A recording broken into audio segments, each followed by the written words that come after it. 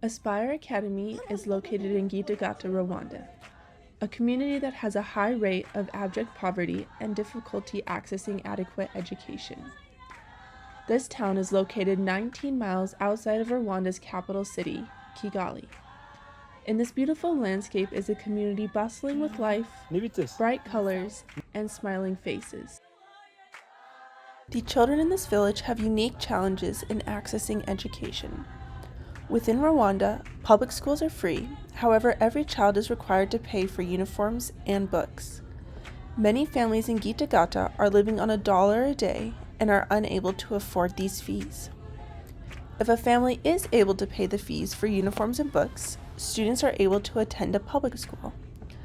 As the closest public school is quite a distance away and the children must walk, students often start late in order to be old enough to walk this distance, putting them behind other students from the start.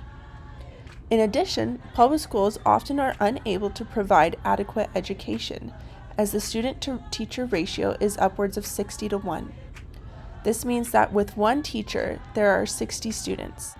With one teacher for every 60 students, it is very difficult for teachers to be able to educate students to the needed standards. Without this early education, children are unable to be admitted into secondary school and then on to university. This is one factor that is trapping many children in the cycle of poverty. Other difficulties children in Gitagata face include malnutrition, waterborne illness, and as they get older, early pregnancy. Many children are receiving only one meal a day, which generally lacks nutrition. Common foods are often carb-rich in order to mitigate feelings of hunger, but are lacking in protein and nutrients. Without nutritious food, children are struggling to meet developmental milestones and struggle to focus on their learning as they are often hungry. Waterborne illness is also a very present risk. Water must be fetched every day from a well, roughly a mile walk, a job generally left to young children and women. Children must do this before school, only adding to difficulties in completing their education. In order to drink this water, it must be boiled carefully or there is a risk of contamination. There are cases of waterborne illness every year. Aspire Academy is preparing to open doors in September of 2023 as we welcome our first class of Primary 1 students.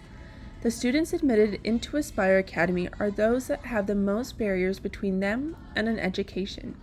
We are targeting the children most at risk of not having their needs met. Aspire Academy will support these students in many aspects of their lives to give them the opportunity they need to develop, becoming leaders and problem solvers within their community. Our schooling model at Aspire Academy is unique. It is our goal to create an environment that is Christ-centered, that develops well-rounded, loving people as well as good students.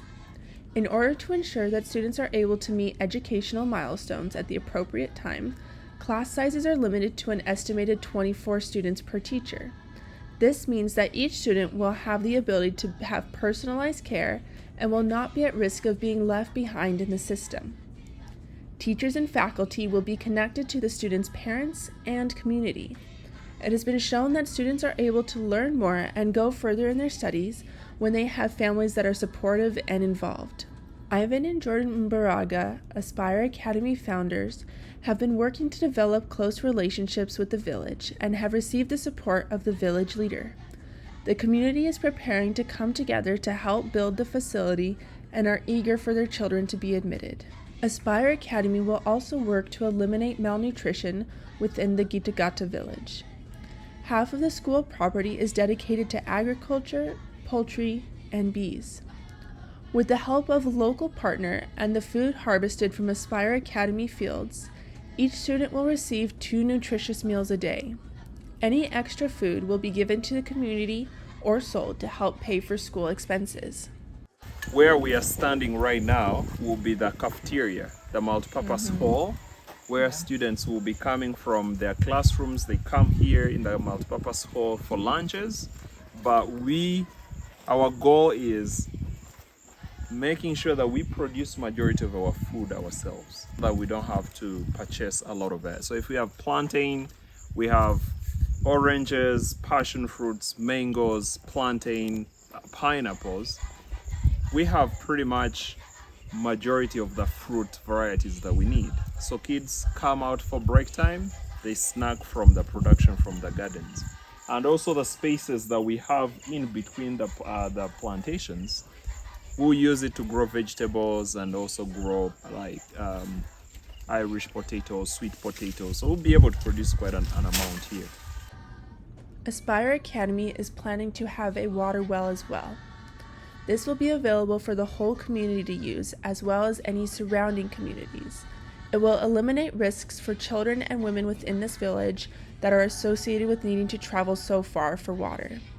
It is estimated that this well will affect the lives of 5,000 people in the local and surrounding communities. We do raise most of our support from the US.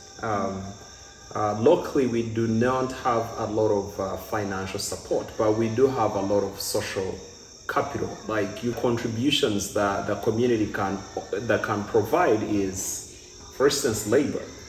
Like we've had the local leaders say, the day you break ground construction, we will be there on the construction site ready to support.